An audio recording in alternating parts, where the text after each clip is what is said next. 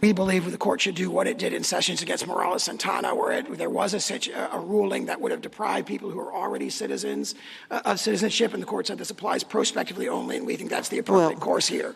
But that's not what we did in Trin. We think that Sessions provides the proper course here, and that's what we're asking. We are not asking for any retroactive relief. What is to stop a future president from just writing an executive order that says all those other people, actually, they're not citizens either? Let me actually be a little counterintuitive here, which is as follows. I think it's important to have this discussion, actually.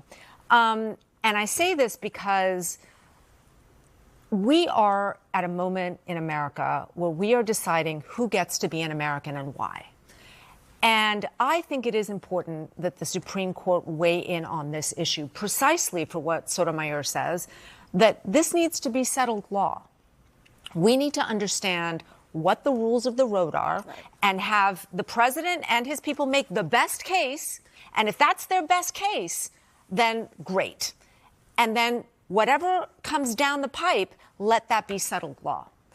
Because what we can't have, and what we've had for too long, is this idea that everything is conditional, that you are here, maybe if you were born out of the country, you can stay, maybe you can't, maybe if Biden gave you legal status, that allows you to stay, maybe it doesn't. I mean, this is the problem. We need to have, especially on this issue, settled law. And the idea, the other thing that this puts on the table is this question, Scott, of whether the president unilaterally has the ability to just decide who gets to be a citizen and who doesn't in this country. Well, I think he put the executive order on the table to do exactly what you said, to have the debate and to get it to the Supreme Court. I actually agree with you. I think this is a debate that's worth having.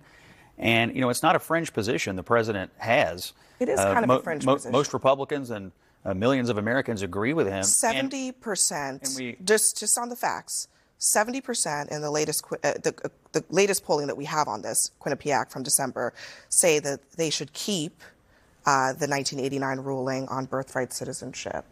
Just 24% say they should reverse it. This is a fringe position that only recently has become something that is now front of mind for some conservatives, but clearly it shows many conservatives do not agree. You just raised the critical point. Recent events have demanded that we have this debate. We had millions upon millions of people come into this country over several years. That changed, I think, the contours of our immigration debate generally. We now have other emerging evidence that there are people in other countries, particularly China, that are taking advantage and defrauding our visa system to try to have this birthright tourism, using some of our territories, like the Northern Mariana Islands, for instance, as like a birthright tourism maternity ward.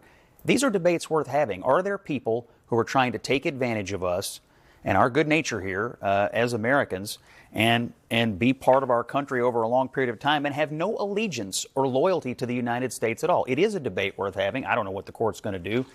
Most legal analysts say it's not going to go his way, but I think this debate is worth having. And one thing that was said, we're living in a world where a lot of people can get here, and a lot of people that don't like us and want to hurt our country can get here. And that's a conversation worth having. We should just say that 9% of children born in this country are born to people who are not legally here.